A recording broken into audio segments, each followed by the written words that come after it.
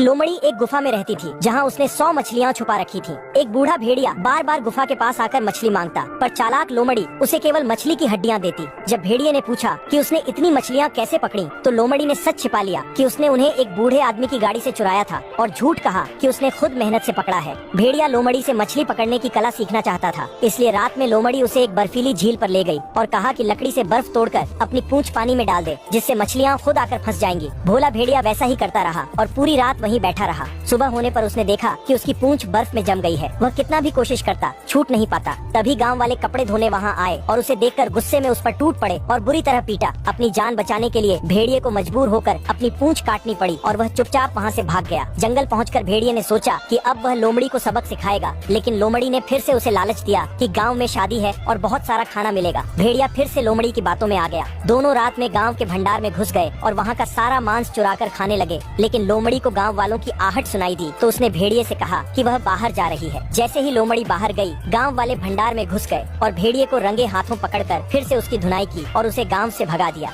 लोमड़ी को डर हुआ कि भेड़िया अब जरूर बदला लेगा, इसलिए उसने एक चाल चली। वह खुद को ठंडे पानी में भिगोकर भूसे में लपेटकर बर्फ जैसी सफेद बन गई, जैसे वह भी पिटाई से घायल हो गई हो। जब घायल भेड़िया वहाँ से गुजरा और लोमड़ी को उस हालत में देखा तो उसे दया आ गई और उसने उसे अपनी पीठ पर बिठाकर वापस उसकी गुफा तक पहुँचा दिया। जैसे ही वे गुफा के पास पहुँचे, लोमड़ी छलांग मारकर अंदर कूद गई। भेड़िया समझ गया कि वह फिर से धोखा खा गया है। उसने लोमड़ी को पकड़ने की कोशिश की, लेकिन उसके हाथ एक जड़ लगी। लोमड़ी गुफा में आराम से रहने लगी क्योंकि मछलियाँ उसकी सर्दियों की जरूरत के लिए पर्याप्त थीं और भेड़िया मजबूर होकर खाली हाथ लौट